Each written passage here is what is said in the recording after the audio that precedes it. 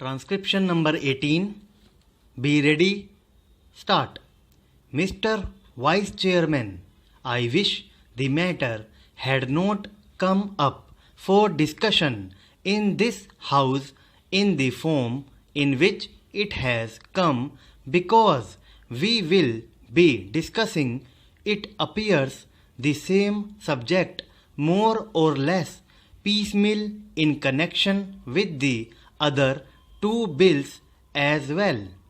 What was necessary for the government in this connection was to provide for a general discussion on the report of the Finance Commission, the kind of thing that we have on such reports, and after hearing the views of the members here, they should have formulated a bill.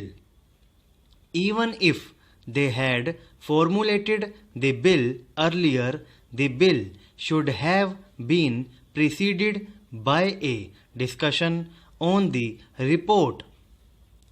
It would then have given us an opportunity of dealing with this rather important subject in our public finance and indeed in our national life. But now we are asked to treat this matter piecemeal and deal with the bill as it comes separately. I say, sir, this would not seem very fair. It is true that we have had two other reports of the Finance Commission and that we have had certain opportunities of discussing the issues raised by the Finance Commission on previous occasions.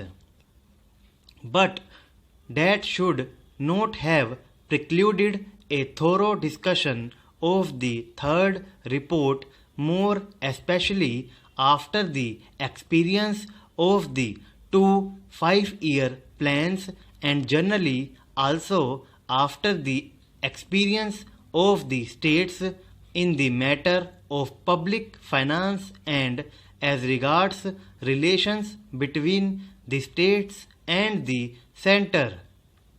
All I can say is that the government does not understand the magnitude of the problem or understand the magnitude or urgency or the seriousness of the issues involved.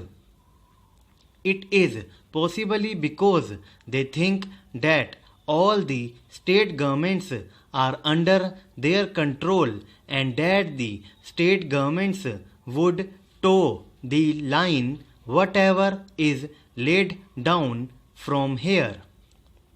Suppose, sir, today a number of states had been outside the control of the same party which controls the central government, problems would have become acute because conflicts between the state governments controlled by certain other parties and those controlled by the Congress party which controls the central government would have arisen sharply, calling for a thorough discussion and mutual consultation in a different way. Once they can get passed whatever they like, and also once it is passed, the states will more or less accept without any protest the dispensation of the center. Now that the bill is before us, we have to speak on this subject rather on the general themes. Yet I would like to make certain journal observations in this connection because the basis of the bill is the report of the Third Finance Commission.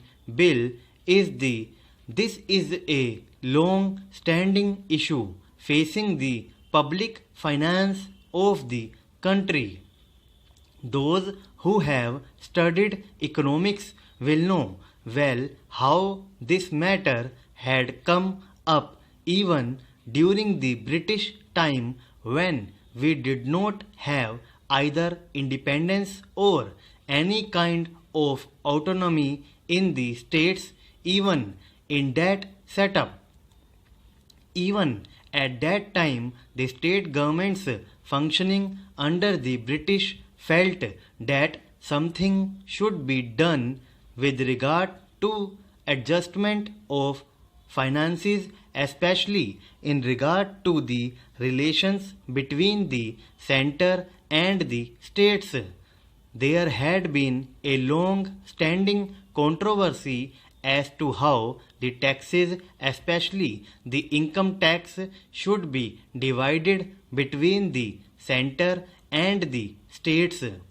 I do not deny the existence of the controversy, and this controversy is not easy to resolve. I entirely agree.